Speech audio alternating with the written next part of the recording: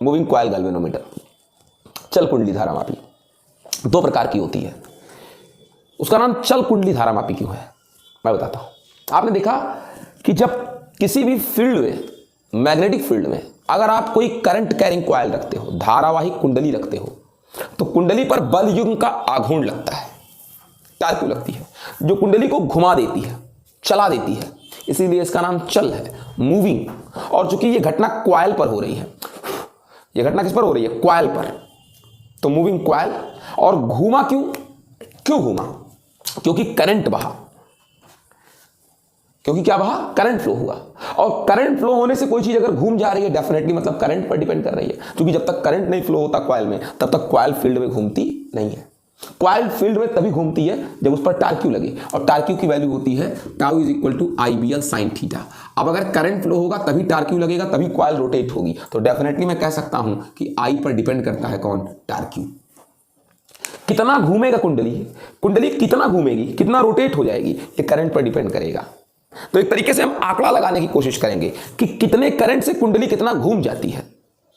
तो इसका मतलब हम उसके घूमने से करंट का आंकड़ा लगा सकते हैं कि कितना कुंडली घूमी, कितने करंट पर। यानी इस गुण का उपयोग, किस गुण का उपयोग, इस प्रॉपर्टी का यूज, इस हैपनिंग का, किस हैपनिंग का, कि अगर किसी करंट कैरिंग कॉइल को मैग्नेटिक फील्ड में रखते हैं तो उस पर एक टार्क्यू लगती है जो कॉइल को रोटेट कर देती है। इस प्रॉपर्टी का उपयोग हम करंट को मेजर करने में करेंगे, क्योंकि करंट से कॉइल घूमती है और कॉइल घूमने से कितना घूमा, हम इससे करंट की वैल्यू का पता लगाएंगे। इसी बेस पर हम स्टडी करेंगे क्या, मूविंग कॉइल गैल्वेनोमीटर। क्या चीज, मूविंग कॉइल गैल्वेनोमीटर का मतलब क्या है कि एक कॉइल जो है, जो घूम जाती है, चल देती है, मूव कर जाती है, उससे धारा को मापेंगे, क्योंकि वो करंट के कारण ही घूमी है, तो उसका घूमना कुछ ना कुछ डिपेंडेंस करंट पर होगा। इस तरीके से हम करंट को मेजर करेंगे, इसीलिए इसका नाम मूविंग कॉइल गैल्वेनोमीटर है, जो कि मैग्नेटिक फील्ड में करंट कैरिंग कॉइल को रखने पर उस पर टार्क्यू लगने से वो मूव कर जाती है, घूम जाती है, चल देती है, और करंट के कारण ऐसा हुआ तो हम इससे करंट को मेजर करेंगे। ठीक है ना, आइए तो हम लोग पढ़ते हैं मूविंग कॉइल गैल्वेनोमीटर, चल कुंडली धारामापी। एक्चुअली हमारे पास दो प्रकार के मूविंग कॉइल गैल्वेनोमीटर हैं, दो तरीके के होते हैं। एक सस्पेंडेड कॉइल गैल्वेनोमीटर है, निलंबित कुंडली धारामापी, और एक हमारे पास क्या है बेटा, किलकित कुंडली धारामापी, पिवोटेड कॉइल गैल्वेनोमीटर, या इसी को वेस्टर्न गैल्वेनोमीटर भी बोलते हैं, धारामापी बोलते हैं। सर सस्पेंडेड कॉइल गैल्वेनोमीटर, निलंबित कुंडली धारामापी नाम क्यों पड़ा, और दूसरे का किलकित कुंडली धारामापी नाम क्यों पड़ा, पिवोटेड कॉइल गैल्वेनोमीटर नेम क्यों पड़ा, आखिर इन दोनों नामों को रखने के पीछे की वजह क्या है, सस्पेंडेड कॉइल गैल्वेनोमीटर और पिवोटेड कॉइल गैल्वेनोमीटर, हम आपको बताते हैं। निलंबित कुंडली, हाँ में निलंबित कुंडली धारामापी क्या चीज है और सस्पेंडेड कॉइल गैल्वेनोमीटर क्या चीज है, इनके नाम के पीछे की वजह बताते हैं। देखें, जरूर बताएंगे कि इनका नाम ऐसा क्यों रखा गया, जरूर बताएंगे कि इनका नाम ऐसा क्यों रखा गया, लेकिन उसके पहले एक बात कह रहे हैं कि ये भी धारामापी है, सस्पेंडेड कॉइल गैल्वेनोमीटर, और ये भी धारामापी है, पिवोटेड कॉइल गैल्वेनोमीटर, निलंबित कुंडली धारामापी और किलकित कुंडली धारामापी। उसके पहले एक चर्चा कर दूं, क्या है चर्चा, यह है कि दोनों के काम करने का सिद्धांत और मैकेनिज्म, कार्यविधि सेम है, दोनों सेम प्रिंसिपल पर वर्क करती हैं, और दोनों के काम करने का मैकेनिज्म, क्रियाविधि सेम है, और दोनों का काम भी सेम है। काम क्या है दोनों का, दोनों धारामापी हैं, दोनों करंट मेजर करती हैं, और दोनों का प्रिंसिपल सेम है। कैसे, इसका भी प्रिंसिपल यही है कि अगर मैग्नेटिक फील्ड में कोई कुंडली है, कॉइल है, और उसमें करंट फ्लो होता है, तो कॉइल पर क्या लगता है, टार्क्यू लगता है, जो कॉइल को रोटेट कर देता है, घुमा देता है। अब अगर करंट बहने से कॉइल रोटेट होगा तो हम एक आंकड़ा लगाएंगे कि कितने करंट से कॉइल कितना रोटेट होता है। अगर 3 एम्पीयर से 10 डिग्री रोटेट होता है तो 6 एम्पीयर से 20 डिग्री रोटेट होगा। तो इस रोटेशन के बेस पर हम करंट की वैल्यू पता करते हैं। तो सिद्धांत यही है दोनों का कि जब किसी कुंडली को, किसी कॉइल को मैग्नेटिक फील्ड में रखते हैं तो कॉइल पर अगर करंट, अगर कॉइल में फ्लो हुआ तो कॉइल पर एक टार्क्यू लगता है जो कॉइल को मैग्नेटिक फील्ड में रोटेट कर देता है, कॉइल को मैग्नेटिक फील्ड में रोटेट कर देता है। समझ गए इस बात को, बिल्कुल यही प्रिंसिपल है कि किसी चुंबकीय क्षेत्र में, किसी मैग्नेटिक फील्ड में लटकी हुई, रखी हुई कॉइल पर एक टार्क्यू लगता है अगर करंट फ्लो होता है, जो कॉइल को रोटेट कर देती है। इसी रोटेशन के बेस पर हम करंट को मेजर करते हैं। अब अगला प्रश्न है कि आपने कहा दोनों की कार्यविधि सेम है, तो कार्यविधि सेम, तो अंतर क्या है दोनों में? स्ट्रक्चर का अंतर है, एक्यूरेसी का अंतर है, संरचना का अंतर है। कैसे? सस्पेंडेड कॉइल गैल्वेनोमीटर में, निलंबित कुंडली धारामापी में जो कॉइल है ये एक स्ट्रिप, पत्ती, जैसे आपकी स्केल के सहारे से लटकी होती है। कहने का मतलब क्या है? जैसे ये कॉइल है, ये कॉइल एक पत्ती से बिल्डिंग हो, पतली सी पत्ती, स्ट्रिप, जैसे आपके यहाँ स्केल, वैसे मेटल की बनी हुई, फास्फर ब्रांच की बनी हुई। अब क्यों फास्फर ब्रांच का बना है इस पर बाद में डिस्कस करेंगे। लेकिन ये मैग्नेटिक फील्ड के अंदर ये जो कॉइल लटकी हुई है, ये फास्फर ब्रांच की एक पत्ती से इसी पर एक चपका देते हैं, फास्फर ब्रांच की पत्ती लंबी सी, उसी से इसको लटका देते हैं। तो चूंकि लटकाने को फिजिक्स के लैंग्वेज में निलंबन बोलते हैं, सस्पेंशन बोलते हैं, और चूंकि कॉइल लटका हुआ है इसलिए इसका नाम सस्पेंडेड कॉइल। और इसका काम क्या है, ये रोटेशन के बेस पर करंट को मेजर करेगा, इसलिए इसका नाम सस्पेंडेड कॉइल गैल्वेनोमीटर, निलंबित कुंडली धारा मापी। और एक थोड़ी सी बात है कि कैसे पता करेंगे ये कितना रोटेट हुआ। बेटा इसी पत्ती पर एक छोटा सा मिरर लगा होता है, इसी पत्ती पर छोटा सा मिरर लगा होगा। अब जब ये घूमेगा तो वो मिरर भी घूमेगा। हाँ, तो मिरर के घूमने से कैसे पता लगेगा सर, बताते हैं। यहां पर जो मिरर लगा हुआ है, इस मिरर के सामने एक लैंप होगा, उस लैंप की लाइट मिरर पर पड़ेगी और मिरर जो है रिफ्लेक्ट कर देता है लाइट को, आपको पता है। अब जब मिरर पर लाइट पड़ी तो लाइट उसने इधर ही रिफ्लेक्ट कर दिया, आपकी तरफ से लाइट आई, आप ही की तरफ चली गई। लेकिन जब मिरर ऐसे घूम गया तो लाइट तो आपकी तरफ से आई मिरर पर, लेकिन रिफ्लेक्ट होकर अब आपकी तरफ नहीं जाएगा, इस तरफ आएगा, इधर की तरफ जाएगा। तो जब कॉइल घूमता है तो कॉइल के साथ मिरर भी घूमती है, और जब मिरर घूमता है तो मिरर के ऊपर जो लाइट पड़ती है, उस लाइट के आने के बाद लाइट रिफ्लेक्ट जो होती है, तो रिफ्लेक्टेड लाइट अब आपकी तरफ नहीं जाएगा, अब रिफ्लेक्टेड लाइट इस तरफ आएगा। पहले लाइट आती भी इधर ही थी और जाती भी इधर ही थी, लेकिन अब लाइट आती तो इधर से है, लेकिन इसके रोटेट होने के बाद लाइट जाती इधर है। तो लाइट जो रिफ्लेक्ट हो रही थी पहले आपकी तरफ और इधर, तो कितना रिफ्लेक्ट हो गई, लाइट पहले इधर रिफ्लेक्ट होती थी, अब इधर से लाइट इधर रिफ्लेक्ट हो रही है, तो कितना रिफ्लेक्ट हो गई, 30 डिग्री रिफ्लेक्ट हो गई। तो एक मिरर और लैंप की सहायता से हम डिफ्लेक्शन को नोट करते हैं इसमें, सस्पेंडेड कॉइल गैल्वेनोमीटर। लेकिन अगर बात करते हैं पिवोटेड कॉइल गैल्वेनोमीटर की, तो पिवोटेड कॉइल गैल्वेनोमीटर क्या है। पिवोटेड कॉइल गैल्वेनोमीटर में एक स्ट्रक्चर खास है।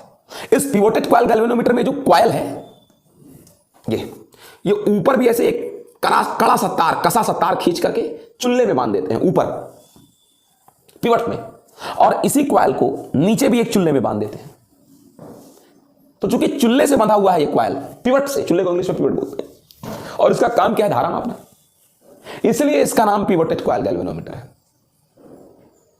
पिवोटेड कॉइल गैल्वेनोमीटर, किलकित कुंडली धारा। अब इसमें आप रोटेशन कैसे मेजर करते हैं, कितना घूमा, बता रहा हूं।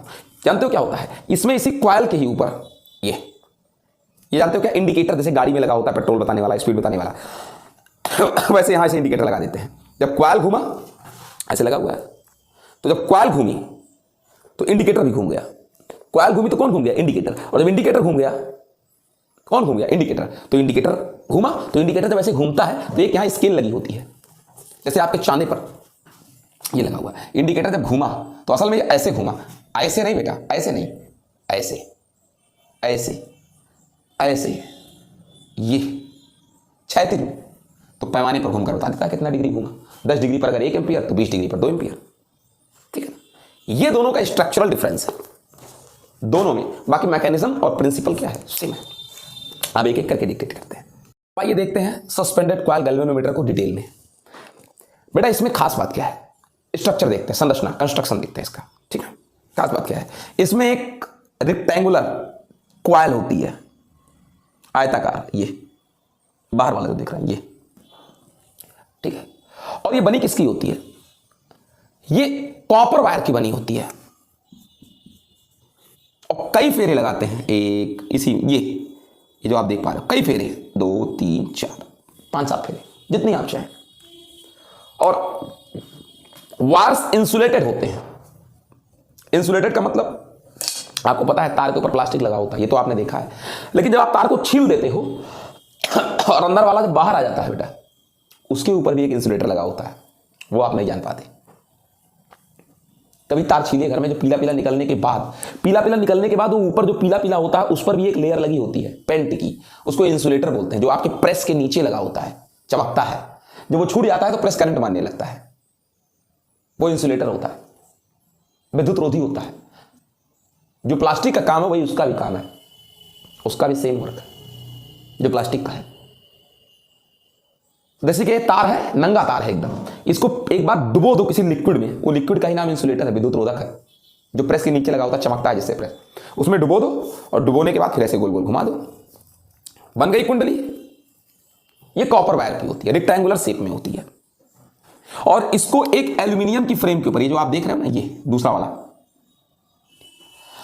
एल्यूमिनियम के फ्रेम के ऊपर, भाई किसी चीज को क्या है, आप देखिए मेरा हाथ है ये, अब इसी पर लपेट दीजिए।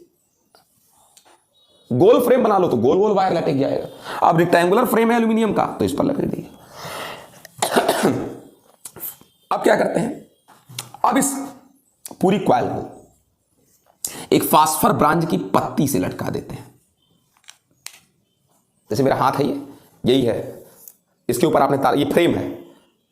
और फ्रेम कैसा है, फ्रेम कैसा है, फ्रेम केवल खांचा है, ऐसे चौखटबाजी जैसे कमरे का, दरवाजा नहीं, सिर्फ चौखटबाजी, वो फ्रेम है।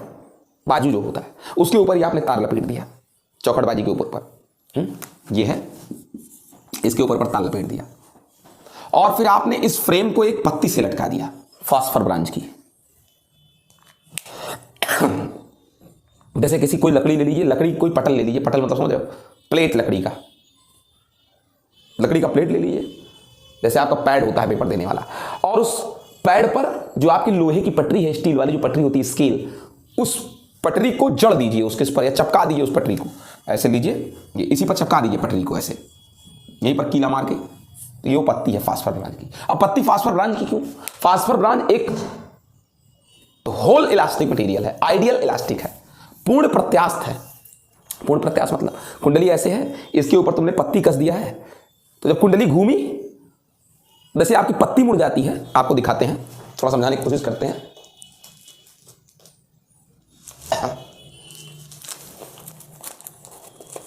ये है जैसे ये है ना, जैसे अब आपने क्या किया, इसके देखो जब ये मुड़ा तो अगर हम छोड़ दें, अब क्या हुआ आप समझने की कोशिश करिएगा कि भैया कहानी इस तरीके है, ये इस तरीके, देखो ये नीचे जो मेरी कॉपी है कॉइल है, ये कॉइल है और ये पत्ती है। अब हुआ क्या, जब कॉइल घूमा तो ऐसे घूमा तो पत्ती भी देखिए तिरछी हुई है, आप देख पाइए थोड़ा सा, देखिए पत्ती तिरछी हुई है, ऊपर तो जड़ा था ऐसे पकड़ रखा था मैंने, पत्ती तिरछी हुई। और जैसे मैं छोड़ूंगा नीचे से कॉइल जैसे छूटेगा फिर ऐसे सीधा हो जाएगा, सीधा हो गया ना। तो केवल एक मटेरियल ऐसा है, ये पत्ती इसीलिए केवल फास्फर ब्रांच की बनी होती है। क्यों, कि जब कॉइल घूमा तो उसके साथ ऊपर तो कुछ नहीं हुआ, ऊपर तो जकड़े हैं हम, लेकिन नीचे पत्ती घूम गई। अब जब पत्ती घूमी तो जैसे कॉइल छोड़ू मैं तो देखिए पत्ती घूमने के बाद अपने आप फिर सीधी हो गई, ऐसे किए तो फिर से यहाँ गई पत्ती, तो मुड़ा तो लेकिन घूम कर पुनः अपनी स्थिति, फिर से अपनी स्थिति प्राप्त कर ले। ऐसा केवल फास्फर ब्रांच का मटेरियल कर सकता है, जो पूर्ण प्रत्यास्थ हो, पुनः अपनी पूर्व अवस्था को प्राप्त कर ले। हम रबड़ खींचते हैं, छोड़ देते हैं, रबड़ फिर से अपनी शेप में आ जाता है। ऐसे ही ये पत्ती भी है फास्फर ब्रांच की, घूमने के बाद जैसे छूटता है करंट बंद, फिर से खुल जाता है ऐसे, और जितना घूमा था उतना खुल गया। और अगर कहीं लोहे का बना होता तो घूम जाता एक बार तो खुल भी ना करता, बेकार गैल्वेनोमीटर। इसीलिए पत्ती फास्फर ब्रांच की है कि भैया रोटेशन के साथ साथ जब रोटेशन हुआ कॉइल में तो ये पत्ती भी घूमी, लेकिन जैसे रोटेशन ओवर हुआ ये पत्ती भी सीधी हो गई। समझ लीजिए ये पत्ती तिरछी हो गई थोड़ी सी, अगर फास्फर ब्रांच की बनी होती तो ये पत्ती तिरछी ना होती आज। ठीक है बेटा, ये हो गया। अब उसके बाद क्या है, अब इस पत्ती से इस कॉइल को घोड़ा नाल चुंबक के ध्रुवखंड, घोड़ा नाल चुंबक एक चुंबक का प्रकार है, घोड़ा नाल, घोड़े का नाल, हाँ, घोड़ा नाल चुंबक के नॉर्थ और साउथ के कहां लटका देते हैं, बीच में लटका देते हैं। लटका दिया कॉइल को इस पत्ती के साथ, और इस पत्ती का जो ऊपरी सिरा है ये एक मरोड़ टोपी, टॉरिजन कैप, ठीक है ना, या इसको आप बोल सकते हैं क्या बेटा, इसका इंग्लिश में नाम है टॉरिजन हेड, मरोड़ टोपी। ये जो पत्ती है ऊपर एक, ये वाली पत्ती का जो ऊपरी सिरा है फास्फर ब्रांच की, एक मरोड़ टोपी टॉरिजन हेड से जुड़ा होता है। जो टॉरिजन हेड होता है ऐसे पकड़े होता है, इसको ऐसे पकड़ा है, ये तो घूमेगा लेकिन ऊपर चकड़े है, ये नहीं घूम सकता, ठीक है ना। लेकिन अगर एक लिमिट से ज्यादा पत्ती घूम गई तो पूरा टॉरिजन हेड घूम जाएगा। अगर एक पत्ती लिमिट से ज्यादा घूम गई तो पूरा टॉरिजन हेड घूम जाएगा। क्यों, नहीं तो पत्ती टूट जाएगी, तो टूटने से अच्छा है कि टॉरिजन हेड ही घूम जाए। अगर एक लिमिट से ज्यादा पत्ती घूम गई तो टॉरिजन हेड भी घूम जाएगा, टूटने से बचा लेगा पत्ती को। यही डर होता है इस गैल्वेनोमीटर में, यही इसमें डर है कि टूट जाता है, तभी इसको बनाना पड़ा। नहीं तो ये ज्यादा सेंसिटिव है, कि ज्यादा एक्यूरेट वैल्यू देता है। तो इस पत्ती का ऊपरी सिरा मरोड़ टोपी से, टॉरिजन हेड से जुड़ा होता है, ठीक है ना। और फिर क्या कहते हैं कि मरोड़ टोपी ये आपकी कौन है, कॉइल है, फास्फर ब्रांच की पत्ती है। इस फास्फर ब्रांच की पत्ती से तार अटैच होता है कुंडली वाला, और उस कुंडली को घुमाते हैं ऐसे, तार से इस फास्फर ब्रांच की पत्ती में भी करंट आता है, और इसी पत्ती से तार अटैच होता है। जैसे हम कहते हैं ये है, ऊपर तार छुआ दोगे तो करंट आएगा ही, फिर नीचे तार छुआ दो, ऐसे ऐसे घुमा दो ऐसे गोल गोल, फिर उसके बाद फिर नीचे फास्फर ब्रांच की पत्ती है, फिर उसी तार को नीचे, फास्फर ब्रांच की तार को ही नीचे स्प्रिंग बना देते हैं ढीला व्यवस्थित, ढीला है, वेस्टेड मतलब क्या होता है, लूजली बाउंडेड स्प्रिंग। ढीला वेस्टेड तार, वेस्टेड मतलब ऐसे गोल गोल स्प्रिंग बनाया हो जलेबी की तरीके ऐसे ऐसे, ऊपर से शुरू करो नीचे तक लेकर जाओ, ठीक है ना। तो क्या क्या भैया, इस जो है दिखने में तो क्या बता रहा है, जो कुंडली का निचला सिरा है, इस कॉइल का जो नीचे वाला टर्मिनल जो तार है हमारा, इस तार को क्या किया बेटा इस तार को नीचे लेकर आए, एक और फास्फर ब्रांच का तार है ये तार, जो ये तार कहां से निकला है, ये तार निकला है, ये कॉइल वाला ये तार है, लपेटने के बाद नीचे कर दिए, ये जैसे ये है ना, ये देख पा रहे हैं, तो पहले लपेट लो ऐसे, देखो पहले ऊपर से ऐसे निकालो, फिर बीच में थोड़ा लपेट लो, फिर नीचे भी ऐसे निकाल दो, निकाल दिया नीचे, और उसी फास्फर ब्रांच के तार को ढीला वेस्टेड कर दिए, वेस्टेड मतलब गोल गोल स्प्रिंग बना दो। फिर क्या कर देते हैं, ये तो हो गया, तार नीचे निकाल दिए, स्प्रिंग बना दिए, ऊपर ऐसे था ही, ऊपर ये तार इससे जुड़ा था फास्फर ब्रांच की पत्ती से, फास्फर ब्रांच की पत्ती का ऊपरी सिरा मरोड़ टोपी छुड़ा हुआ है। अब उसके बाद फिर अगला काम क्या करते हैं बेटा, ये जो कुंडली है, कॉइल है, इसके बीच में ये देखो, देखो ये एल्यूमिनियम की फ्रेम है, किसकी फ्रेम है, एल्यूमिनियम की। इस फ्रेम के बीच में क्रोड रख देते हैं, आयरन की बनी हुई। ये क्रोड क्या करता है, क्रोड इस मैग्नेट के अंदर मैग्नेटिक फील्ड को और प्रबल कर देता है, स्ट्रॉन्ग कर देता है। अगर सिंपली मैग्नेटिक फील्ड ऐसे होता है, सिंपली अगर क्रोड रख दें तो सारी ऐसे ऐसे हो जाएंगी, डेंसिटी बढ़ जाएगी, यहां पर जो दूर दूर फोर्स लाइन थी वो सिकुड़ जाएंगी भक्क से, जो पहले ऐसे पैरेलल था सब सिकुड़ के ऐसे हो जाएगा, ऐसे यहां पर डेंसिटी बढ़ जाएगी। बीच में क्रोड रखने से मैग्नेटिक फील्ड का स्ट्रेंथ स्ट्रांग हो जाता है, बढ़ जाता है। फोर्स लाइन को, मैग्नेटिक फील्ड लाइन को सेंटर्ड कर देता है, कॉन्सेंट्रेट कर देता है बीच में, जो क्रोड होती है आयरन की प्राय बनी होती है। और एक चीज ध्यान दीजिएगा, क्या चीज कि क्या है कि इस लोहे के क्रोड को कोशिश किया जाता है कि यह क्रोड टच ना कर पाए, किसको, इस कॉइल को, कॉपर की कॉइल को टच ना करे, या फिर एल्यूमिनियम की फ्रेम को भी टच ना करे। एल्यूमिनियम पहले कॉपर की वायर, वायर के बाद एल्यूमिनियम की फ्रेम, फ्रेम के ऊपर ही वायर था, लेकिन फ्रेम किसी तरीके से उस आयरन को ना टच करे। क्यों, आपको अच्छे से पता होना चाहिए क्या अगर एल्यूमिनियम या फिर कॉपर या एल्यूमिनियम में से कोई भी और आयरन अगर टच कर गई, तो टच करने के बाद अगर प्रेशर पड़ गया, जैसे ये मेरा मान लो कॉपर का बना हाथ है एल्यूमिनियम का और ये लोहे का है, दोनों टच किए, टच करने के बाद अगर आपने दबा दिया दोनों को, तो दबाने के बाद दोनों के बीच पोटेंशियल डिफरेंस क्रिएट हो जाएगा, कॉपर या फिर एल्यूमिनियम और आयरन के बीच। पीजो विद्युत सेल का यही सिद्धांत है, ये ऊपर एक अलग मेटल और नीचे एक अलग मेटल, अगर इन दोनों के ऊपर प्रेशर लगा दिए, प्रेशर, तो इनके बीच पोटेंशियल डिफरेंस क्रिएट हो जाएगा, इन मेटल्स के बीच, दोनों मेटल्स के बीच। और जब पोटेंशियल डिफरेंस क्रिएट हो गया तो करंट फ्लो होने लगेगा, और अगर कहीं करंट फ्लो हो गया भैया तब तो दिक्कत हो गई। पूछो क्यों, करंट फ्लो हो गया तो एक अलग उस पर टार क्यों लगने लगेगा, नए करंट जो फ्लो हो गए उन दोनों मेटल्स के बीच पोटेंशियल डिफरेंस के कारण। दो मेटल्स, इनके ऊपर अगर दाब पड़ेगा तो इनके बीच पोटेंशियल डिफरेंस, अगर इनके बीच पोटेंशियल डिफरेंस आ गया तो फिर इन पर एक अलग करंट काम करने लगेगा। और अलग करंट का मतलब क्या हुआ, मैग्नेटिक फील्ड के अंदर है ही है, ये जो दोनों मेटल्स है ये मैग्नेटिक फील्ड के अंदर है, तो एक अलग टार्क्यू लगने लगेगा। एक टार्क्यू तो उस करंट के कारण जो हमको मापना है, और एक टार्क्यू अंदर और पैदा हो गया इन दोनों के ऊपर, इस वाले करंट के कारण जो दोनों अलग अलग मेटल्स के बीच पैदा हो गया। अब हमारा सिद्धांत कुंडली का घूमना सब अनियमित हो गया, इसलिए कोशिश करिएगा कि कॉपर, एल्यूमिनियम और आयरन तीनों एक दूसरे को टच ना करें, ठीक है ना, आपस में संपर्क में ना हो, ठीक है बेटा। आप क्या कहते हैं, इस पत्ती के निचले सिरे पर, इस कॉइल के ऊपर एक मिरर लगाते हैं, छोटा सा मिरर का काम हम आपको ऑलरेडी बता चुके हैं कि मिरर क्या करता है। लैंप और स्केल, इसके सामने लैंप होता है ना मिरर के सामने, उस मिरर की लाइट इस पर पड़ती है, लाइट रिफ्लेक्ट होती है, मिरर घूमता है तो रिफ्लेक्टेड लाइट भी घूम जाती है। तो कितना रिफ्लेक्टेड लाइट आपके ऊपर पहले पड़ रही थी लाइट, फिर घूम करके लाइट इधर आ गई, कितना घूम गई इसको स्केल के थ्रू पढ़ते हैं। वो लाइट ऐसे आपके ऊपर पड़ती है, घूम कर इधर गई, तो स्केल बताती है कि कितना डिग्री घूम गई लाइट, रिफ्लेक्टेड लाइट। इस तरीके से हम रिफ्लेक्शन को स्टडी करते हैं, ठीक है। और ये जो पूरा सिस्टम आप देख पा रहे हैं ना, सस्पेंडेड कॉइल गैल्वेनोमीटर की, इस पूरे सिस्टम को, अब बोर्ड पर वो चीज नहीं बनाया है, इस पूरे सिस्टम को एक, जैसे आपके यहां गोदरेज अलमारी है कपड़ा रखने वाली, जो अलमारियां होती हैं, इस पूरे सिस्टम को एक ऐसी अलमारी में बंद कर देते हैं, इस पूरे सिस्टम को एक ऐसी अलमारी में बंद कर देते हैं। ये भारी भरकम होता है, और इन दोनों मैग्नेट्स को एक लेवलिंग स्क्रू पर कस देते हैं, मतलब सब एकदम, भाई कोई मशीन है तो मशीन डोलेगी तो है नहीं, सब जड़ दिए जाते हैं उस अलमारी के अंदर। सामने केवल क्या होता है, कांच लगा होता है, फाटक नहीं लगा होता है।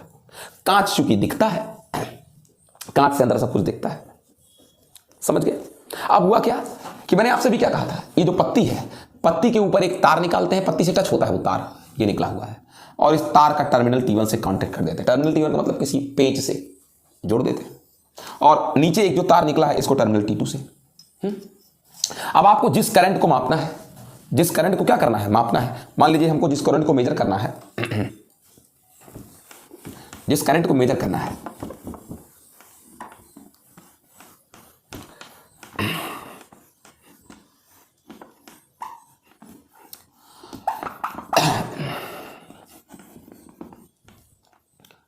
ये देखो, जिस करंट को मेजर करना है, देख रहे हैं ना, इस पूरे कॉइल का संबंध दो टर्म, एक तार ऊपर T1 से और इस कॉइल का निचला हिस्सा T2 से। अब मान लीजिए जिस करंट को मेजर करना है, मान लीजिए मुझे इस करंट को मेजर करना है जो इस तार में है, जो इस तार में इस करंट को मेजर करना है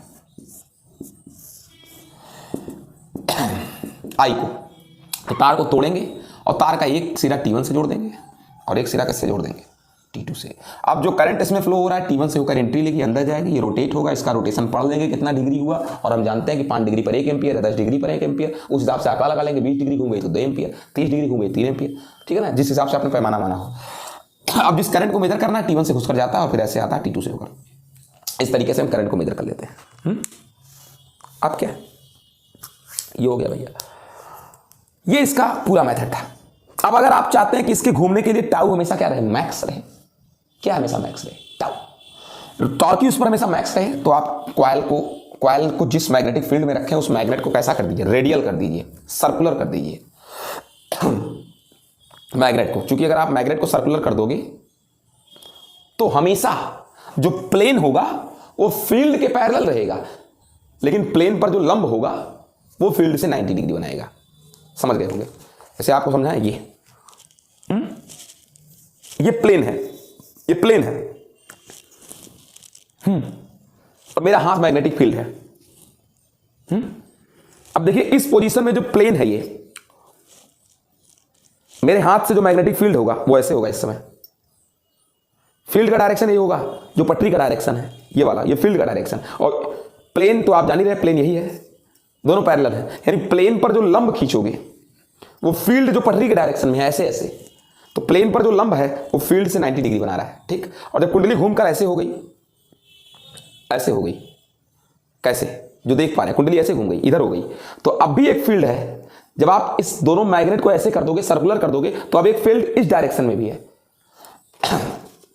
फील्ड को ऐसे करने पर, मतलब चुंबक को ऐसे कर देने पर, सर्कुलर, चुंबक को सर्कुलर कर देने पर, इस तरीके बेटा, हर डायरेक्शन में फील्ड है, इधर भी फील्ड है, इधर भी फील्ड है, इधर भी फील्ड है, इधर भी फील्ड है, इधर भी फील्ड है, हर डायरेक्शन में फील्ड है, ठीक है ना। इधर जो फील्ड है, मैग्नेट को ऐसे कर देने पर, रेडियल चुंबकीय क्षेत्र को त्रिज्य कर देने पर, अगर प्लेन ऐसे है, ऐसे है, तो एक फील्ड भी ऐसे, अगर प्लेन ऐसे होगा तो एक फील्ड ऐसे भी है, अगर प्लेन ऐसे होगा तो एक फील्ड ऐसे भी है, लेकिन रेडियल करने के बाद मैग्नेट्स को, तो हर समय ही आपका जो प्लेन रहेगा, हर समय आपका जो प्लेन रहेगा वो मैग्नेटिक फील्ड के पैरेलल रहेगा। लेकिन भाई क्या है, जब प्लेन ऐसे हो गया तो मैग्नेटिक फील्ड भी एक ऐसे है, N2S, तो इस पर जो लंब होगा वो फील्ड से 90 डिग्री बनाएगा, टार्क मैक्स लगेगा। ये हो गया बेटा इनकी बातें, ये पूरा स्ट्रक्चर हो गया। अब जरा इनका सिद्धांत देख लेते हैं, इनका क्या देख लेते हैं, सिद्धांत देख लेते हैं, मैकेनिज्म देख लेते हैं, सॉरी प्रिंसिपल देख लेते हैं, कैसे ये मापते हैं करंट को, देखते हैं। प्रिंसिपल क्या है इसका, क्या है प्रिंसिपल, ये डेफिनेटली क्लियर है कि अगर मैं मान लूं कि इसमें n टर्म्स हैं, फेरे n है, करंट I डाल दूं इसमें, एरिया कॉइल का A है और मैग्नेटिक फील्ड इनके बीच B है, और इस कॉइल पर जो लंब है वो फील्ड से थीटा एंगल बना रहा है, यानी एरिया वेक्टर और मैग्नेटिक वेक्टर, फील्ड वेक्टर, चुंबकीय क्षेत्र सदिश के बीच का एंगल अगर थीटा है तो टार्क क्यू कितना, NIAB sin थीटा, ये कॉइल पर लगने वाला टार्क क्यू है। और अगर मैंने मैग्नेटिक फील्ड को रेडियल कर दिया, रेडियल त्रिज्य हो गया, बताए थे गोल गोल वाला, तो हर हाल में और हर कंडीशन में जो थीटा होगा वो 90 होगा, तो टाउ नहीं होगा, टाउ मैक्स होगा, NIAB sin 90 is equal to 1। समझ गए। अब आपको पता है एक बात कि जब कॉइल रोटेट होगी, तो ये जो पत्ती है हमारी, ये पत्ती भी मुड़ेगी, लेकिन ये पत्ती अपने अंदर जो ऐठन हो रहा है, जो टॉरिजन हो रहा है, उसको अपोज करती है। ये पत्ती कतई नहीं चाहती कि ये क्या हो, मुड़े। इसमें दृढ़ता है, रिजिडिटी है, मरोड़ दृढ़ता, ये मुड़ना नहीं चाहती, अपोज करेगी। उस मरोड़ दृढ़ता को, क्योंकि जब क्वाइल घूमती है तो अपने साथ पत्ती को भी घुमाती है, लेकिन पत्ती अपोज करती है, कहती है घूमो मत। क्यों? क्योंकि पत्ती के अंदर मरोड़ दृढ़ता है। उस मरोड़ दृढ़ता को सी से दिखाते हैं। टॉरिजन रिजिडिटी है इस पत्ती के अंदर, वो अपोज करती है। और ज्यों ज्यों क्वाइल रोटेट होती है, जितना जितना क्वाइल रोटेट, उतने ज्यादा इसको ढकेलती है, टेढ़ा करती है। और जितने ज्यादा ये टेढ़ा होता है, उतने ज्यादा अपोज करता है। उतने ज्यादा क्या करता है? अपोज करता है, नहीं घूमने देता। और एक समय ऐसा आता है कि इसकी मरोड़ दृढ़ता इतनी बढ़ जाती है इस तरफ। अब ये इधर घूम रहा है तो ये मरोड़ दृढ़ता इस तरफ है, मतलब क्या हुआ, कुंडली इसको इस तरफ घुमा रही है, तो इसकी दृढ़ता कहती है इधर नहीं घूमने देंगे, इधर घूमेंगे। जैसे हमारा है, हम कुंडली हैं, हम इधर घूम रहे हैं, लेकिन जो मेरी पत्ती लगी हुई है वो पत्ती हमको इधर घूमने देगी नहीं, पत्ती हमारा अपोज करेगी इस तरफ, अपोजिट डायरेक्शन में। कुंडली इधर घूमेगी, भाई हम कहते हैं हमारा गर्दन पकड़ दो ऐसे और शरीर घुमा दो, तो जो गर्दन है वो अपोज करेगा ना, नहीं घूमने देगा। तो गर्दन में जो दृढ़ता है, रिजिडिटी, वो नहीं घूमने देगी। उसे हम सी से दिखाएं, ठीक है ना। अगर क्वाइल इस तरफ घूमना चाहता है तो जो इसकी रिजिडिटी है वो इस तरफ अपोज करती है। इधर घुमाया किसने? टाउ ने। और इधर किसने विरोध किया? दृढ़ता ने। लेकिन पत्ती घूमते घूमते घूमते घूमते, जैसे जैसे पत्ती, जैसे ऐसे है जो हमारा क्वाइल है, क्वाइल बिल्कुल सीधा है तो पत्ती भी सीधी है, कोई अपोज नहीं। क्वाइल थोड़ा घूमा तो पत्ती ने अपोज किया, क्वाइल और घूमा तो पत्ती ने और अपोज किया। जितने रबड़ खींचो उतने अधिक ताकत लगाना पड़ता है, इसका मतलब विरोध हो रहा है। तो जितने ज्यादा तुम क्वाइल घुमाओगे इसका अपोजिट डायरेक्शन में, तुम इधर घुमा रहे हो, और जो रिजिडिटी है, जो सी है, वो आपको इधर खोलना चाहती है। आप घूमना चाहते हैं, वो आपको नहीं घूमने देना चाहती। मतलब तुम इधर फोर्स लगा रहे हो, मैग्नेटिक फील्ड इधर टार्क्यू लगा रही है, और टॉरिजनल रिजिडिटी उसके अपोजिट इस तरफ। तुम क्लॉकवाइज तो वो एंटी क्लॉकवाइज लग रहा है। और जब तुम इधर घूमोगे तो वो कहेगा नहीं घूमने देंगे, नहीं घूमने देंगे। लेकिन तुम्हारे घूमते घूमते एक ऐसी लिमिट आ जाएगी कि जब सी का मान इतना बढ़ जाएगा कि वो तुमको घूमने नहीं देगा। तो उस समय तुम कुछ हद तक घूम चुके होगे, कुछ हद तक क्या हो चुके होगे, घूम चुके होगे। तो मान लो कि आप घूम करके कितना घूम गए, 5, और 5 घूमते घूमते उसने इतना लगा दिया सी की वैल्यू कि जो इसके अपोज करने की क्षमता थी वो तुम्हारे घूमने की क्षमता के बराबर हो गई। जैसे कि पेट ने कहा घूमेंगे घूमेंगे घूमेंगे, और गर्दन ने कहा नहीं घूमने देंगे, नहीं घूमने देंगे, नहीं घूमने देंगे। और एक समय ऐसा हुआ कि पेट के घूमने की ताकत और गर्दन के ना घूमने देने की ताकत दोनों बराबर हो गया। और जब दोनों बराबर हो गया तो पेट जहां पहुंचा था वहीं रुक गया। समझ गए? एक बार मैं और समझा दूं तुमको कैसे इस चीज को। जैसे ऐसे ये है, ये मैं पकड़ा हूं, कुंडली घूम रही है, ये ऊपर एक पत्ती कह रही है नहीं घूमने देंगे, इधर पत्ती, और कुंडली कह रही है घूमेंगे। एक समय ऐसा होगा कुंडली के इधर घूमने की इधर और पत्ती के ना घूमने की इधर, दोनों बराबर हो जाएगी। पत्ती इधर ताकत लगाएगी और कुंडली इधर, बस दोनों बराबर हो जाएगी। तो बस कुंडली जितना घूमी रहेगी वहीं रुक जाएगी, क्योंकि अब इससे ज्यादा पत्ती इसको घूमने नहीं देगी, कुंडली वहीं रुक गई। उस समय क्या होगा, कुंडली के द्वारा जो अपोजिशन लगा, और सॉरी पत्ती के द्वारा जो अपोजिशन लगा और इस क्वाइल से जो क्या लगा था, डिफ्लेक्शन, दोनों सेम हो गया। यानी कहने का मतलब क्या हुआ कि एक समय ऐसा आएगा कि ये जो पत्ती है, पत्ती अपोज कितना करती है, पत्ती का जो अपोजिशन है वो क्या है, वो क्वाइल घुमाना चाहती है, कुंडली घुमाना चाहती है, और पत्ती चाहती है कि घूमने नहीं देंगे, अपोज करती है। उसको प्रत्यानयन बलयुं का आघूर्ण बोलते हैं। जो पत्ती लगाती है इस डायरेक्शन में, और इस पर जो लगता है वो आघूर्ण है जो कुंडली को घुमाएगी। तो आघूर्ण इस तरफ और प्रत्यानयन बलयुं का आघूर्ण इस तरफ। प्रत्यानयन क्या करता है, रिस्टोरिंग क्या करता है कि मैं तुमको घूमने नहीं दूंगा, और अगर घूम भी गए हो तो वापस खींच लाऊंगा क्योंकि मैं प्रत्यास्थ हूं। समझ गए? यानी एक ऐसी स्थिति आएगी इक्विलिब्रियम की, एक ऐसा इक्विलिब्रियम स्टेट आ जाएगा कि टार्क्यू जो इस तरफ लग रहा था उसके बराबर हो जाएगा कौन, ये C × 5, C × 5, ये इस तरफ है बैलेंस की स्टीक, C × 5। ये क्या है, ये क्या चीज, टार्क्यू क्या है, ये डिफ्लेक्टिंग टार्क्यू है। ये क्या है, रिस्टोरिंग टार्क्यू। ये विक्षेपक बलयुं का आघूर्ण है। विक्षेपक, कुंडली जो घूमती है, मैग्नेटिक फील्ड जो घुमाता है, ये वो टार्क्यू है, विक्षेपक। और ये कौन है, प्रत्यानयन, कि घुमा लो, जैसे करंट जाएगा हम फिर से भक्क से ले आएंगे तुमको वापस उसी स्थिति में, क्योंकि मेरे पास C × क्या है, 5 है। C/5 वो ताकत है, जैसे ये हूं मैं आपकी तरफ हूं, लेकिन घूमते घूमते घूमते घूमते इधर चले गए, ठीक 30 अंश 40 अंश यहां आपके सामने है, घूमते घूमते घूमते घूमते इधर आ गए, तो पत्ती के अंदर वो ताकत मौजूद है C/5 इस पोजीशन में। और जैसे नीचे वाले का इसका कौन खत्म होगा, टाउ कैसे खत्म होगा, जैसे इसके अंदर करंट जाना बंद होगा, आई की वैल्यू 0 तो है टाउ 0, तो टाउ ही तो था जो मुझे यहां से यहां घुमा के लेकर गया था, टाउ घुमा के ले गया था यहां से कहां तक, यहां तक। विरोध किसने किया, C किसने, फाई ने। जैसे आई 0 होगा टाउ भी 0 हो जाएगा, इधर घुमाने वाला 0 हो गया, लेकिन पत्ती के अंदर अभी ताकत मौजूद है, कौन, C/5। इस कंडीशन में ये जो C/5 है जो पत्ती में मौजूद है, इसमें ये फिर से घुमा के इधर ले आएगी, C किसने, फाई ने। और इक्विलिब्रियम स्टेट में दोनों बराबर होंगे। पत्ती कह रहा है घूमो, ये नीचे कॉइल कह रही है घूमो घूमो घूमो, पत्ती कह रही है नहीं घूमने देंगे नहीं घूमने देंगे नहीं घूमने देंगे। तो पत्ती के नीचे कॉइल भी घूमते घूमते घूमते घूमते पत्ती ने एक समय ऐसी ला दी कि अब इससे ज्यादा नहीं घूमने देंगे, और उसमें C/5 इक्वल टू टाउ है, ठीक है। ये इतनी बात रही बेटा।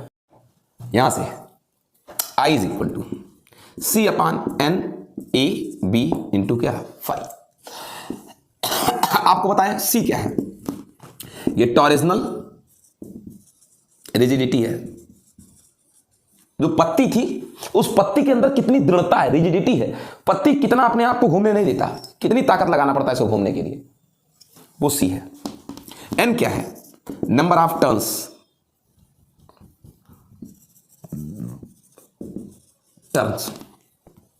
A क्या है, area of coil,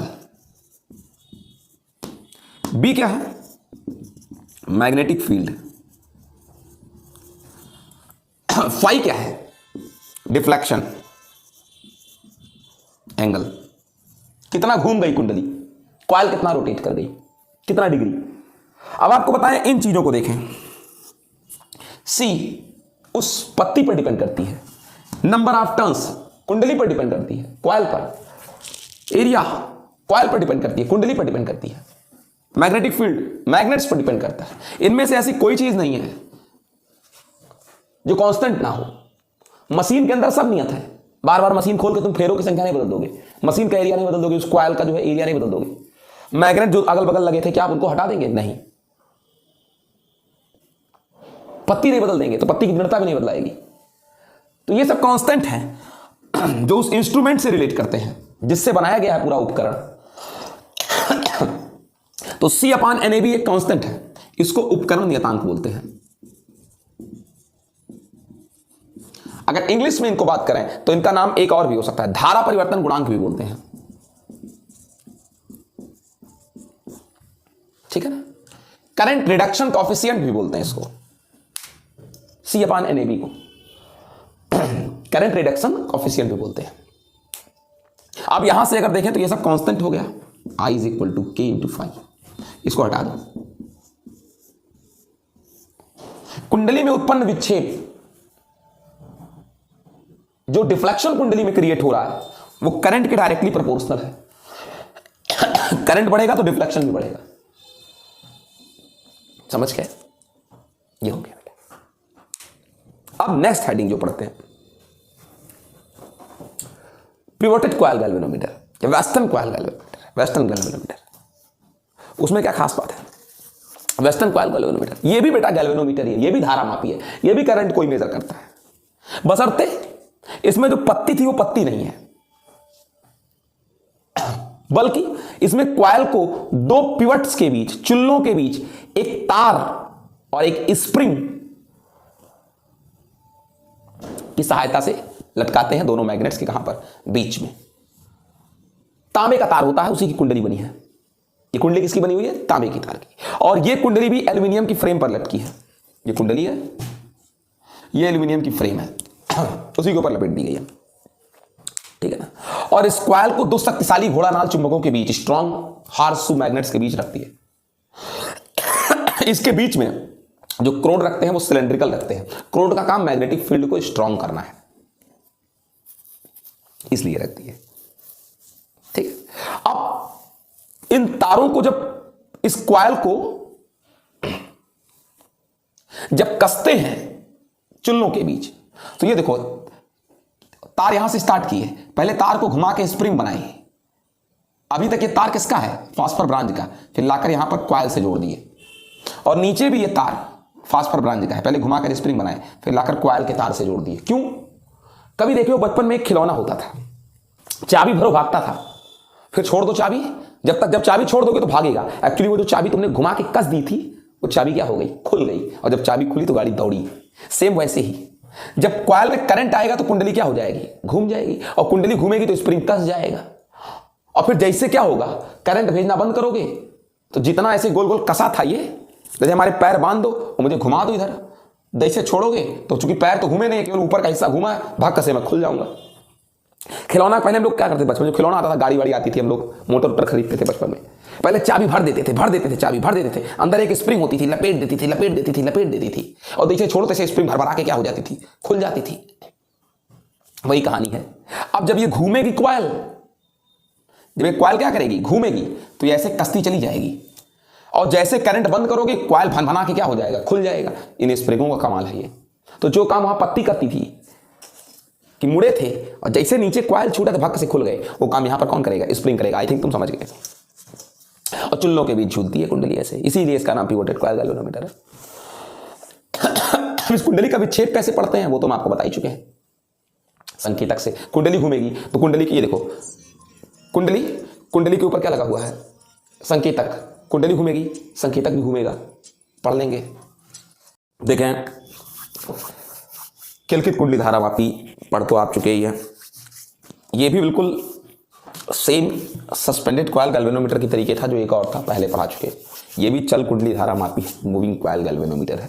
moving coil galvanometer का मतलब कि जब किसी कॉइल को मैग्नेटिक फील्ड में रखते हैं और उसमें करंट फ्लो करते हैं तो कॉइल रोटेट कर जाती है, और अपनी रोटेशन के बेस पर करंट की वैल्यू बताती है। लेकिन इसमें एक खास बात है कि इसका जो सेंसिटिविटी है, जो एक्यूरेसी है इसकी वो सस्पेंडेड कॉइल गैल्वेनोमीटर के कंपैरिजन में कम है। इसकी सेंसिटिविटी, इसकी एक्यूरेसी, जितना एक्यूरेट वो मेजर करता है उतना एक्यूरेट ये मेजर नहीं करता। लेकिन ये कंफर्टेबल है हमारे लिए, कन्वीनियंस है, ठीक है ना। इसको आसानी से कहीं भी एक स्थान से कहाँ ले जा सकते हैं? दूसरे स्थान ले जाते हैं, इसलिए हम लोग मैक्सिमम इसी का यूज करते हैं, ठीक है। और इसमें ये जो कॉपर वायर्स है, इसी को आपने क्या कर दिया? रेक्टेंगुलर फॉर्म में ऐसे ऐसे घुमा करके कॉइल बना दिया है, और ये भी एक एल्यूमिनियम की फ्रेम पर है। मैं पहले भी समझा चुका हूँ। ये ऊपर वाली जो है ये वायर्स है, ये वायर्स हैं, और ये अंदर वाली जो है ये एल्यूमिनियम की फ्रेम है, ठीक है ना। एल्यूमिनियम की फ्रेम पर इसको लपेट दिया गया है। फिर क्या चीज़ कहते हैं बेटा इनके बारे में कि इनको एक जो है स्ट्रॉन्ग मैग्नेट्स के पोल्स के कहाँ रख दिया गया? बीच में रख दिया गया है। इसके अलावा क्या चीज़ है बेटा कि आप देख रहे हैं कि कॉइल को दो आप किस पर? पिवट्स पर, चूल्हे जो छत में लगे होते हैं जिसमें सामान लटकाते हैं, बोरा वोरा, गाँवों में, ठीक है, शहरों में भी चूल्हे लगे होते हैं, इसमें फैन वैन लटकते हैं। तो ये चूल होते हैं, उन्हीं चूल में दो स्प्रिंग की सहायता से, ये स्प्रिंग क्या एक वायर ही है समझ लीजिए, फास्फर ब्रांच का, ठीक है ना, इसी पर ये लटके हुए। ये सब आपको मैं पहले बता चुका हूँ, इनके बारे में कुछ डिटेल नहीं, चूंकि वीडियो फिर से बना रहा हूँ इसलिए कहना पड़ता है। सब आपको समझा भी चुके हैं, आपसे कह चुके हैं। इस पर ये संकेतक लगा हुआ है, ये संकेतक एल्यूमिनियम का बना हुआ है। ये जब कॉइल घूमती है करंट फ्लो करने पर तो संकेतक भी घूमता है उसके साथ, इसी किस पर? पैमाने पर, ठीक है। ऐसे जैसे गाड़ी में स्पीडोमीटर में लगा होता है, पेट्रोल पता करने वाला बना होता है, वैसे ही, ठीक है ना। इसके बाद फिर क्या चीज़ कहते हैं? एक चीज़ और कि ये जो आपके जो मैग्नेट्स है बेटा बगल बगल, ये मैग्नेट्स आपके अवतलाकार हैं। अवतलाकार क्यों है? ताकि मैग्नेटिक फील्ड हमेशा रेडियल बना रहे। क्यों रेडियल? ताकि टाउ मैक्सिमम लगे। ये भी मैं आपको बता चुका हूँ, और सब कुछ इसका बिल्कुल उसी तरीके निलंबित कुंडली धारामापी। हाँ, एक चीज़ कहेंगे कि इससे आप जो है 10⁻⁻⁶ एम्पियर तक की करंट को मेजर कर सकते हैं। 10⁻⁻⁶ एम्पियर यानी माइक्रो एम्पियर की कोटि का करंट आप इससे मेजर कर सकते हैं, ठीक है। आगे देखते हैं। ये दो वर्क है मूविंग कॉइल गैल्वेनोमीटर का, एक तो डिटेक्शन ऑफ करंट, दूसरा मेजरमेंट ऑफ करंट है, ठीक है ना। मूविंग कॉइल गैल्वेनोमीटर के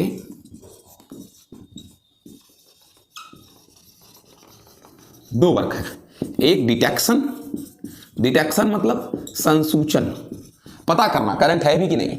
दूसरा जो वर्क है वो है मेजरमेंट, कि कितना करंट क्या हो रहा है, फ्लो हो रहा है, यानी आई की वैल्यू फाइंड आउट करना। ये दोनों काम किसका है? मूविंग कॉइल गैल्वेनोमीटर का, ठीक है ना।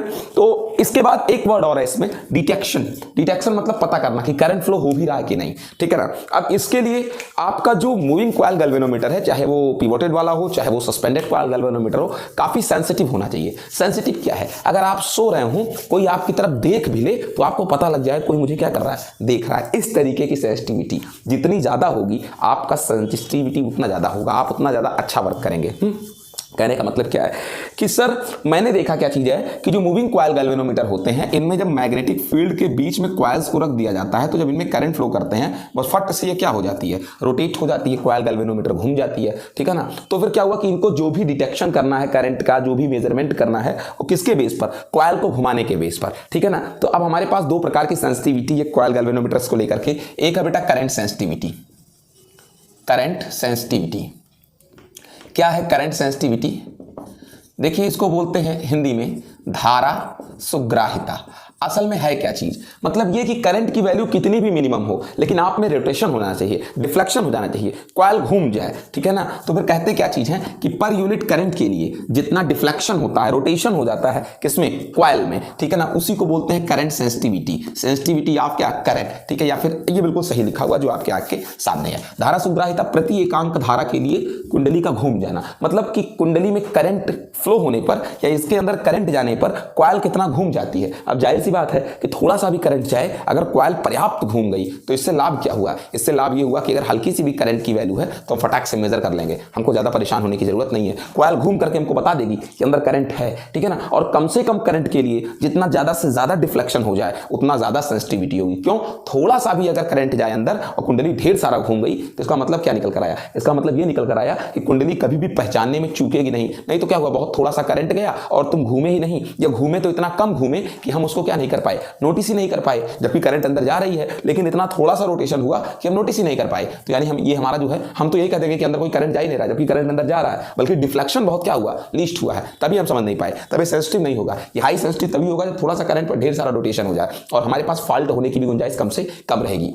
क्यों? अगर 100 डिग्री घूम गई, मान लो हम गलती कर दिए नापने में, 1 डिग्री कम नापे और 100 को हमने 99 नापा, तो 100 में जो है 1 डिग्री की गलती 1% की गलती है। लेकिन अगर कहीं 10 डिग्री घूमी और आपने 10 को 9 नाप लिया तो वो कितना गलती हो गई, तो वो 10% की गलती हो गई। नहीं समझ पाए? ऐसे क्या हुआ, अधिक से अधिक रोटेशन हुआ। अगर तो मान लो अगर 100 डिग्री रोटेशन हुआ और हमने उसको 99 डिग्री नापा तो हमसे जो फॉल्ट हुआ वो क्या परसेंट का, 1% का। लेकिन हम कहते हैं 100 डिग्री नहीं घुमा, 10 डिग्री घुमा केवल, और तुमने उसमें से नापा कै डिग्री, 9 डिग्री, यानी तुमने कै डिग्री गलत नापा, 1 डिग्री। तो 1 डिग्री 10 का कै परसेंट है, 10% है, तो आपने 10% का फॉल्ट किया। तो जितना थोड़े से थोड़े करंट के लिए मैक्सिमम रोटेशन होगा उसकी करंट सेंसिटिविटी उतनी ज्यादा होगी। अब φ/I is equal to current sensitivity. अब सबसे बड़ी बात क्या चीज है भैया कि φ/I की वैल्यू कैसे निकलेगी, मैं आपको पहले ही कराकर दिखा चुका हूं। क्या याद करिए, आपको दिखाया था I is equal to C/NAB into क्या दिखाया था, फाई दिखाया था, याद होगा सबको। जहां ये क्या था बेटा, ये उपकरण नियतांक था जिसको हम लोगों ने करंट रिडक्शन फैक्टर भी कहा था, ठीक है ना, इसी को। तो यहां से जरा सा φ/I की वैल्यू चाहिए, तो φ/I इज इक्वल टू हो जाएगा NAB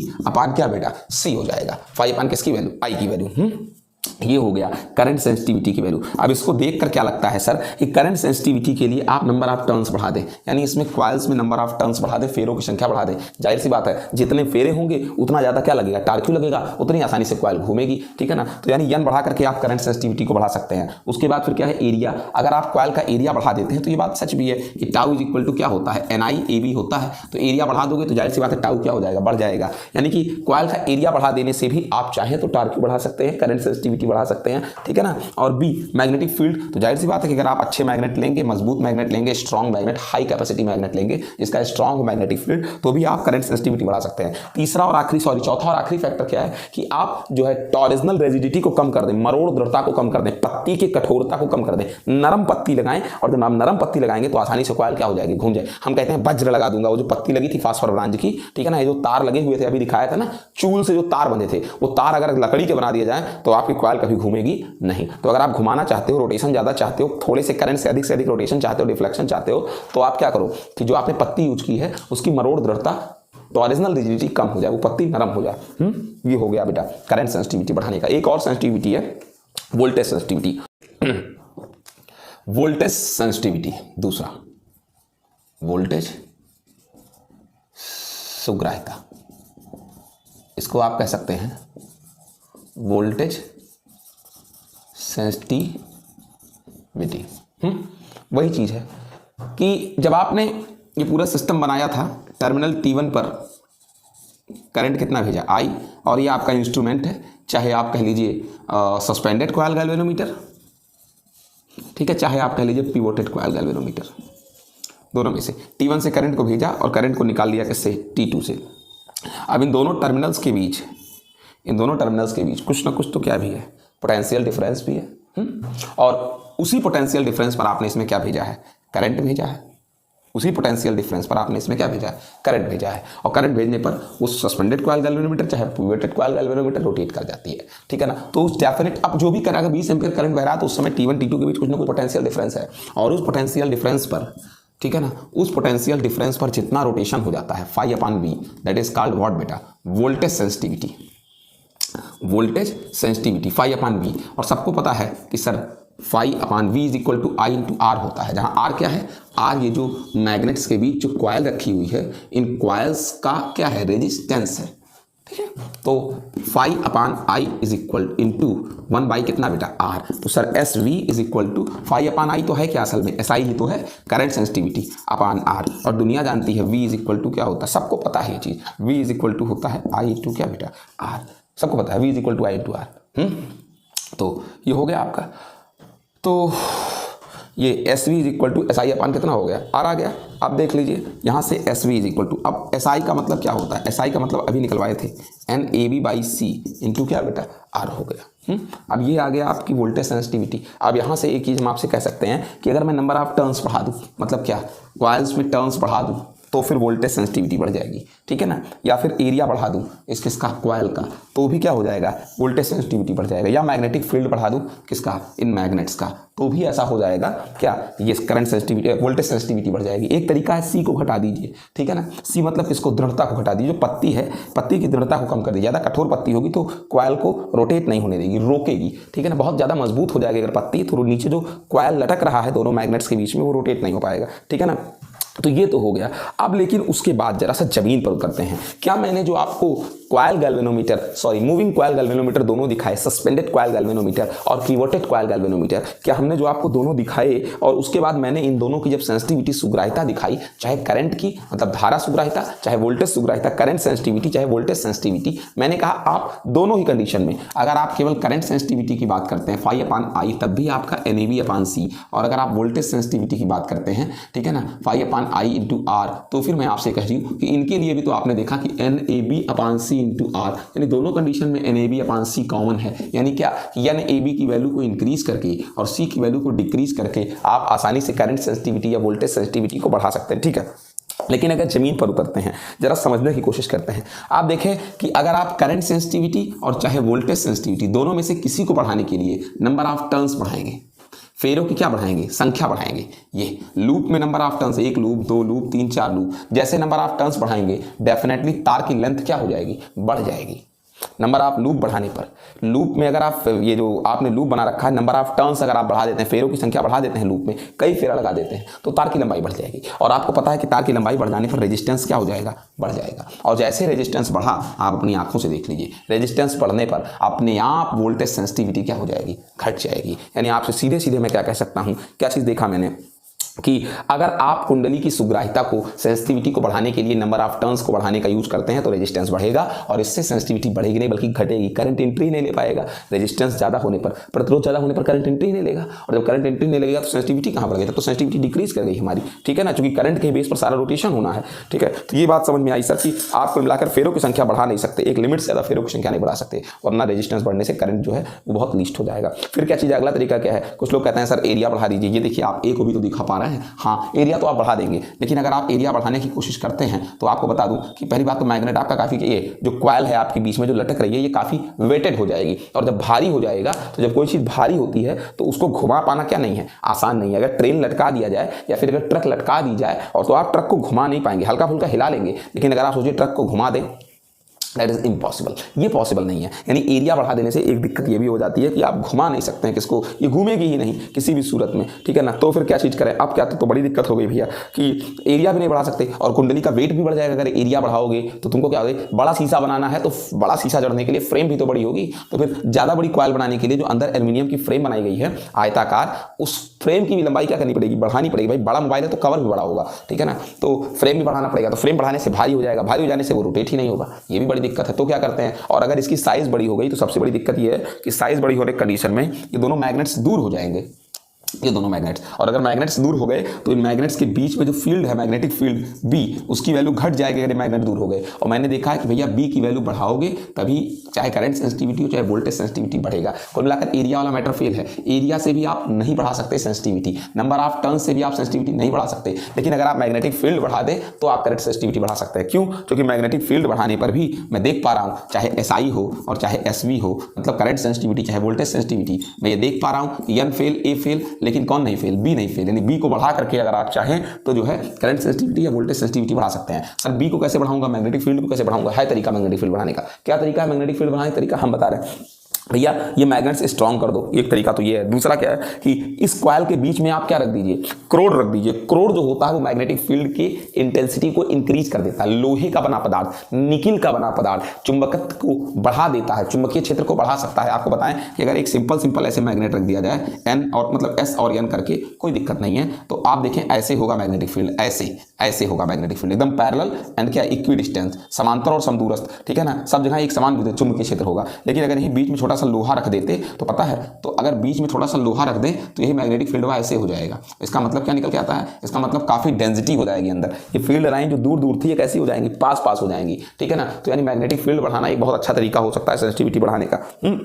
अब उसके बाद तो क्या चीज कहते हैं, हाँ लेकिन आप एरिया और यन को नहीं बढ़ा सकते, ठीक है। नंबर ऑफ टर्न्स बढ़ाओगे तब भी कुछ नहीं होगा, एरिया बढ़ाओगे तब भी कुछ नहीं होगा। फैक्ट मैंने आपको बता दिया। हाँ एक चीज और कह सकते हैं कि आप जो पत्ती लटकाए हैं, अगर आप गौर करें तो आप देखें कि दोनों ही सेंसिटिविटी, चाहे SI हो चाहे करंट सेंसिटिविटी हो चाहे वोल्टेज, दोनों ही सेंसिटिविटी स्मॉल c जो मरोड़ दृढ़ता है, जो पत्ती की दृढ़ता है या जो स्प्रिंग है पिवोटेड कॉइल गैल्वेनोमीटर में, वो कितना ईजी है, कितना कोमल है, ठीक है ना, कितना ज्यादा उसके अंदर प्रत्यास्थता है, इलास्टिसिटी है कि मुड़ने के बाद फिर भी घूम कर वापस आ जाए, ठीक है ना। अगर दृढ़ता कम हो तो आसानी से करंट सेंसिटिविटी वोल्टेज सेंसिटिविटी दोनों बढ़ सकती है। कौन कम हो? दृढ़ता कम हो। क्या कम हो बेटा? दृढ़ता, उस पत्ती के अंदर कठोरता कम से कम हो। देख लीजिए C के व्युत्क्रमानुपाती है, तो आसानी से रोटेट कर सकते हैं कौन? कॉइल्स। और जब कॉइल्स आसानी से रोटेट कर जाएंगे तो फिर सेंसिटिविटी भी बढ़ जाएगी, चाहे डिटेक्शन की चाहे मेजरमेंट की। मेजरमेंट में एक्यूरेसी बढ़ जाएगा, ठीक है। अब उसके बाद क्या चीज दिक्कत यह है सर कि किस तरीके से मैं C को घटाऊं। देख पा रहे हैं, C को घटाना है दृढ़ता को, तो इसका फार्मूला है बेटा, इसका फार्मूला जो दिया हुआ है पाई एटा r⁴ और बटे कितना बेटा 2l, ठीक है ना। आप देखो एटा क्या है? एटा दृढ़ता गुणांक है। एटा दृढ़ता गुणांक है। जो पत्ती है ये फास्फर ब्रांच की बनी है। 3 प्रकार का प्रत्यास्थता गुणांक हमारे पास है, 3 प्रकार का, यंग प्रत्यास्थता गुणांक, आयतन प्रत्यास्थता गुणांक और दृढ़ता गुणांक, ठीक है ना। प्रत्यास्थता, इसको दृढ़ता गुणांक से नहीं एटा से दिखाते हैं। प्रत्यास्थता क्या है? आपको पता है प्रत्यास्थता क्या है? मैं पहले भी बता चुका हूं। प्रत्यास्थता होती है कि कोई पदार्थ की अगर अवस्था में, उसके स्वरूप में, उसके फॉर्म में चेंज किया जाए, उसमें स्ट्रेन क्रिएट किया जाए, उसमें क्या एक तरीके से कहते हैं कि विकृति ला दी जाए। जैसे मैं ऐसे हूं, मेरे मुंह पे एक तमाचा मारो या मैं आपके मुंह पे खींच के तमाचा मारूं, ऐसे हो जाएगा, ये विकृति है, शेप चेंज कर देना। लेकिन जैसे तमाचा हटे फिर से ऐसे हो जाएगी। जहां पर पड़ी तो और जहां पर हटा तो, ये जो कंडीशन है फिर से अपने शेप को गेन कर लेना। जैसे रबड़ है, रबड़ को खींच के छोड़ दीजिए फिर से सिकुड़ जाता है। ये है प्रत्यास्थता का गुण, ठीक है ना। तो मैंने जनरली बात किया, बहुत ज्यादा डीपली समझना 11th क्लास में आकर के बुक उठाकर देख लीजिए, मेरी वीडियो देख लीजिएगा। तो जो दृढ़ता है बेटा, दृढ़ता कम हो, दृढ़ता, और इस चीज को नापने के लिए मेरे अंदर कितनी दृढ़ता है, एक तार में कितनी दृढ़ता है, उसको यंग प्रत्यास्थता गुणांक Y से नापते हैं।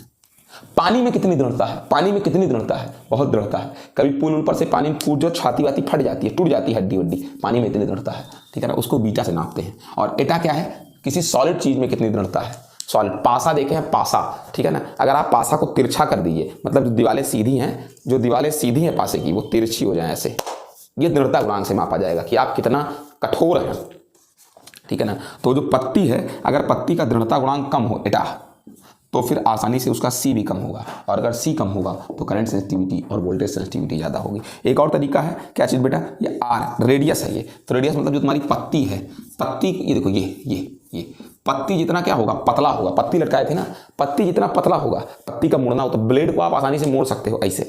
क्यों? क्योंकि पत्ती पतली है इसलिए। लेकिन अगर लठ लगा देते तो लठ का मुड़ना आसान नहीं है। या बहुत चौड़ा सा मोटा सा एंगल लगा दीजिए, मतलब पतली पत्ती नहीं, ब्लेड से भी ज़्यादा पतली नहीं, बल्कि काफ़ी मोटी पत्ती लगा दीजिए। इतनी मोटी अंगुली कितनी मोटी ऐसे पत्ती लगा दीजिए, जैसे आपके घरों में खिड़कियाँ क्या बनी होती हैं पत्तियों की। ये बोर्ड जितना मोटा है, उतना मोटा अगर आप लोहे की पत्ती लिए होते तो कभी भी किसी भी सूरत में कुंडली क्या ना होती, घूमती ना, यानी आप पतली को पतली से पत्ती रखें, ठीक है ना। दूसरी चीज़ क्या है इसी में एक बात और, ये देखिए आपको पता है अगर आपको इतना बड़ा पत्ती दूँ, इतना बड़ा लोहे की पत्ती दूँ, जितना बड़ा मेरा हाथ है, ये हथेली, तो आप उसको मोड़ नहीं पाएंगे। लेकिन एक खूब लंबा सा अगर पत्ती दूँ, यहाँ से लेकर के मान के चलिए आपके चौराहे तक इतना लंबा सा पत्ती दूँ अगर, तो पत्ती आसानी से घूम जाएगी। यदि आपके पास जो स्टील वाली पत्ती है जो आप स्कूल लेकर आते हो, स्केल जो है आपका, ठीक है ना, वो स्केल आप मोड़ सकते हैं, ठीक है ना। और छोटकी 15 सेंटीमीटर वाला नहीं मोड़ पाओ तो नहीं, 15 सेंटीमीटर वाली पत्ती कोई नहीं मोड़ पाता, लेकिन जो बड़ी वाली होती है 30 सेंटीमीटर वाली, लोग उसको मोड़ लेते हैं। यानी कि लंबाई बढ़ने पर, ये देखो लंबाई बढ़ने पर पत्ती की